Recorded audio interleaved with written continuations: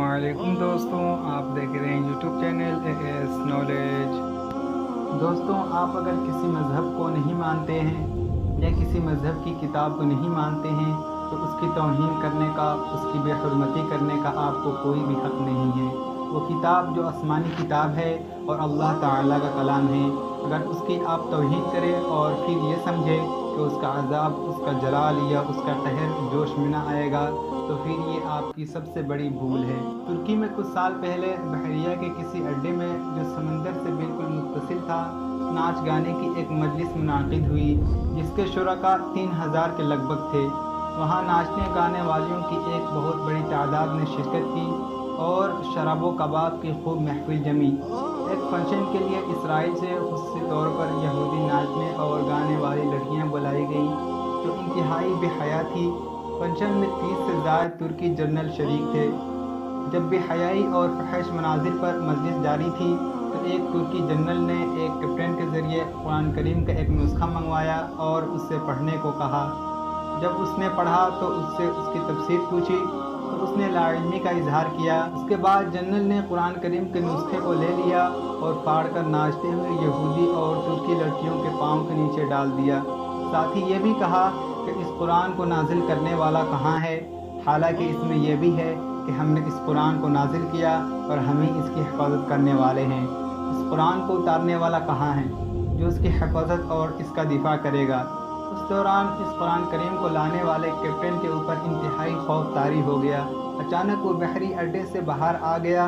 शायद ये कि उस बहरी अड्डे पर आने वाले अजाब के इब्तिदाई लम्हात का चश्मदीद गवाह बन सके। अचानक एक खौफनाक रोशनी नज़र आई जिसने देखते ही देखते उस पूरे इलाके को अपनी लपेट में ले लिया। उसके बाद समंदर फट पड़ा और उसमें से आग के शोले बुलंद होने लगे। साथ ही लोगों की फटने की खौफनाक आवाज़ें भी आने लगी। उसके बाद अल्लाह ताला ने उस पूरे बहरी अड्डे को उठाकर समंदर के बीच से उठने वाली खौफनाक लहरों के दरमियान फेंक दिया। उसके बाद दूसरे इलाक़ों को भी ज़लज़ले ने अपनी लपेट में ले लिया। अजीब बात यह है, इस प्रोग्राम में शरीक तुर्की, अमरीकी और इसराइली फ़ौजियों और नाचने गाने वालियों की लाशों का कुछ पता न चल सका कि वो कहाँ गई। तमाम तर वसाइल होने के बावजूद अब तक वो लाशें समंदर से बाहर न आ सकी। कुरान करीम की बेहुरमती करके उन लोगों ने अल्लाह ताला की गैरत को ललकारा तो अल्लाह ताला ने इंतकाम ले लिया। इस वाक़या में अगरचे हक़ ताला ने न सिर्फ कुल्ले इंसानियत को बल्कि तमाम मुसलमानों को नहायत इबरत आमोज़ सबक देने के लिए अपने ज़बरदस्त गुस्से का इजहार किया, जिससे पहली बात साबित हुई कि कुरान पाक वाकई अल्लाह की है और अल्लाह ही की आसमानी किताब है। क्योंकि अगर ये अल्लाह की चीज़ और उसकी आसमानी किताब न होती तो अल्लाह को शायद गुस्सा भी न आता। क्या किसी मुसन्निफ़ या मुअल्लिफ़ की किताब की बेहुरमती, बेअदबी करने पर अल्लाह को गुस्सा आया है? ज़ाहिर है इंसानी अक़्ल व शऊर के एतबार से गुस्सा उसी को आता है जिसकी चीज़ है। ये बात नहीं कि चीज़ किसी की ख़राब व बर्बाद हो मगर उस पर गुस्सा किसी और को आए। दूसरी बात यह है कि किसी चीज़ की जिस दर्जे शोहरत वाली चीज़ की बेहुरमती, बेअदबी होगी उतने ही दर्जे शिद्दत का उसको भी गुस्सा आएगा।